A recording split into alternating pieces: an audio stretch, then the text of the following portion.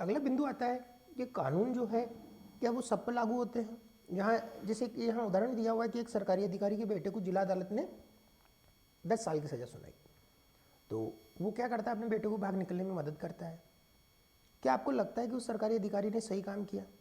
क्या उसके बेटे को केवल इसलिए कानून से माफ़ी मिल जानी चाहिए कि उसका बाप आर्थिक और राजनीतिक रूप से बहुत ताकतवर है? तो ये सारी चीज़ें हम पढ़ेंगे कानून किस पे लागू होते हैं। अगर हम सीधी सीधी बात समझ ले कि जो कानून है वो भारत में रहने वाले सभी लोगों पर लागू होते हैं, चाहे वो राष्ट्रपति है, चाहे प्रधानमंत्री है, वो कोई किसी भी सर्वोच्च पद पर बैठा हो, कानून, भारत के जो कानून है वो सब पर लागू होते हैं। ये पहली चीज़ हमें ध्यान रखनी है।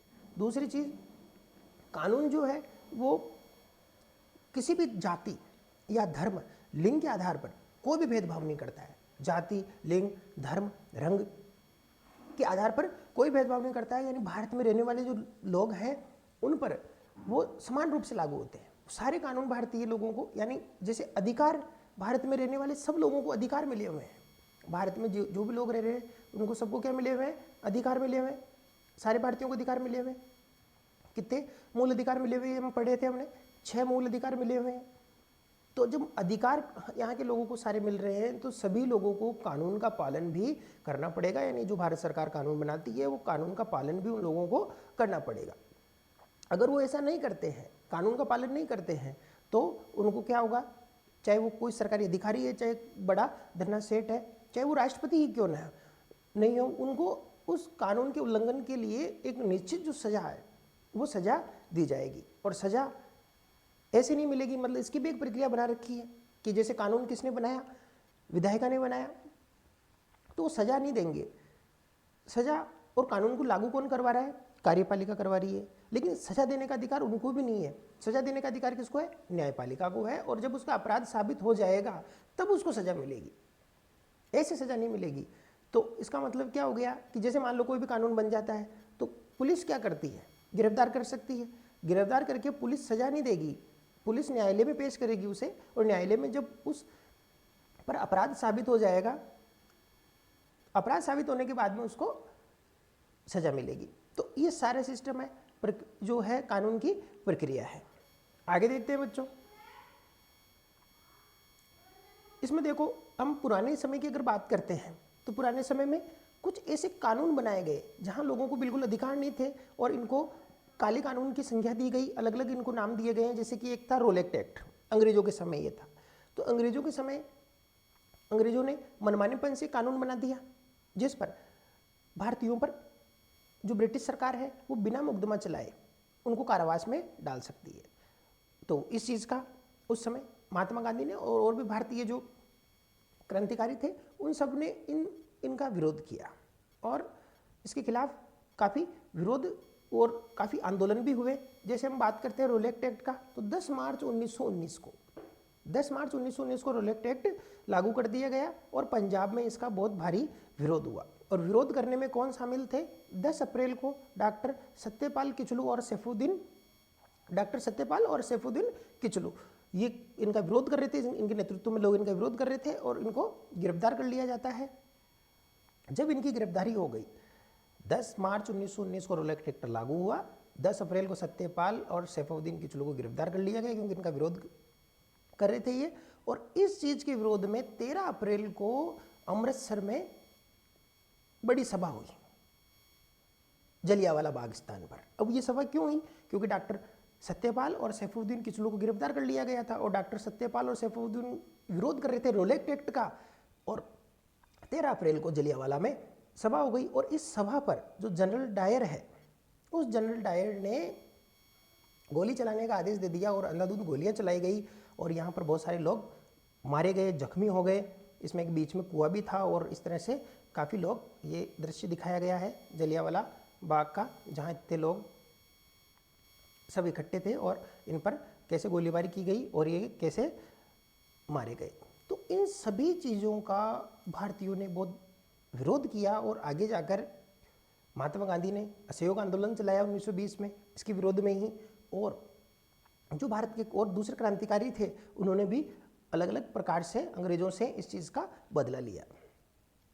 तो इस तरह से ये सारी चीज़ें बताई गई है कि उस समय जो कानून है वो अलग अलग क्षेत्रों के हिसाब से अलग अलग कानून था। जैसे आज कानून है तो पूरे भारत में भारत के लोगों पर वो लागू होता है, लेकिन पहले अंग्रेज सरकार मनमाने ढंग से कानून बनाती थी और मनमाने ढंग से कानून लोगों पर लागू करती थी, वो कानून लोगों पर थोपती थी।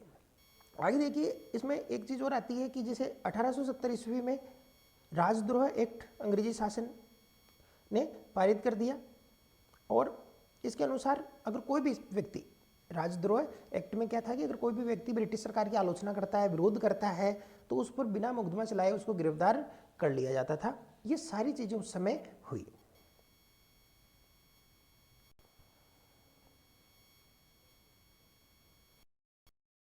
अगला बिंदु आता है कि कानून जो है क्या वो सब पर लागू होते हैं।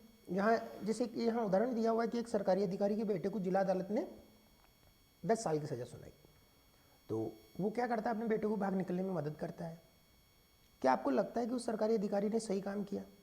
क्या उसके बेटे को केवल इसलिए कानून से माफ़ी मिल जानी चाहिए कि उसका बाप आर्थिक और राजनीतिक रूप से बहुत ताकतवर है? तो ये सारी चीज़ें हम पढ़ेंगे कानून किस पे लागू होते हैं।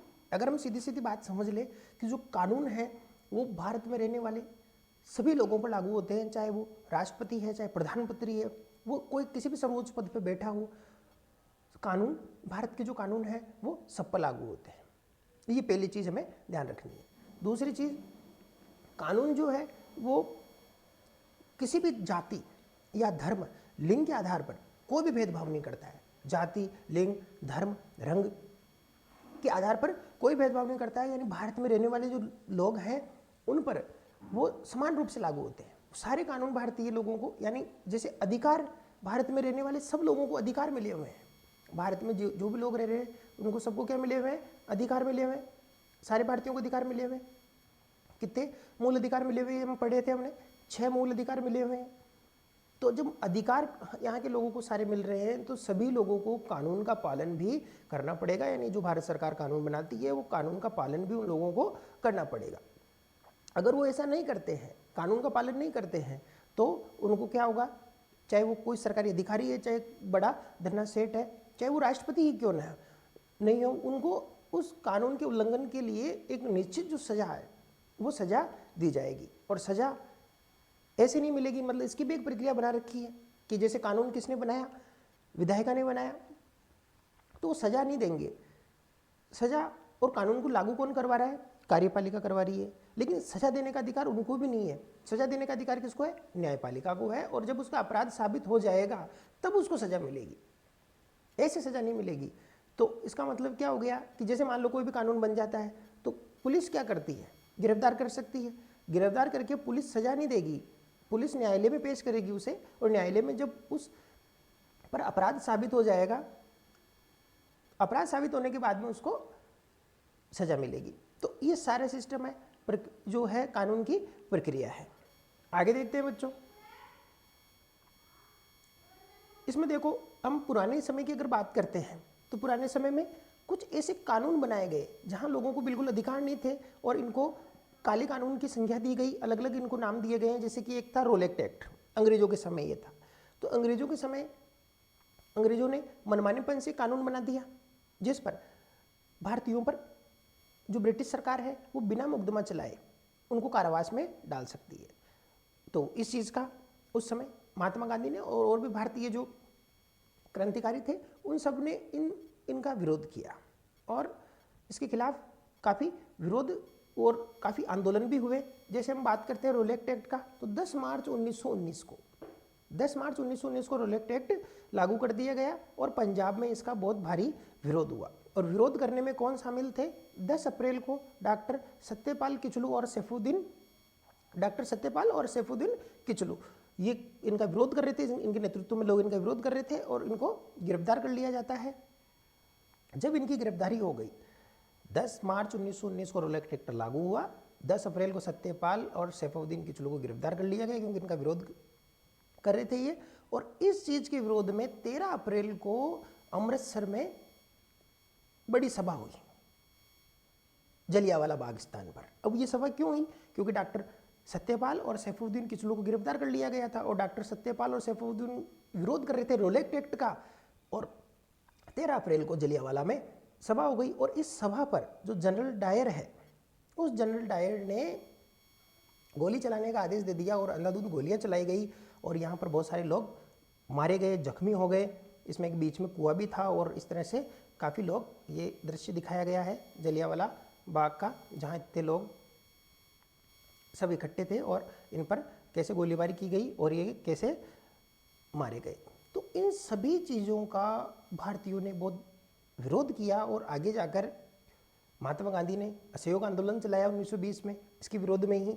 और जो भारत के और दूसरे क्रांतिकारी थे उन्होंने भी अलग अलग प्रकार से अंग्रेज़ों से इस चीज़ का बदला लिया।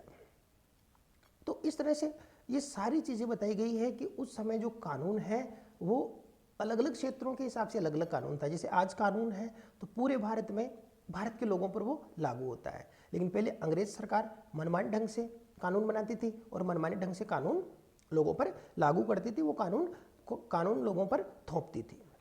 आगे देखिए, इसमें एक चीज़ और आती है कि जैसे 1870 ईस्वी में राजद्रोह एक्ट अंग्रेजी शासन ने पारित कर दिया और इसके अनुसार अगर कोई भी व्यक्ति, राजद्रोह एक्ट में क्या था कि अगर कोई भी व्यक्ति ब्रिटिश सरकार की आलोचना करता है, विरोध करता है, तो उस पर बिना मुकदमा चलाए उसको गिरफ्तार कर लिया जाता था। ये सारी चीज़ें उस समय हुई।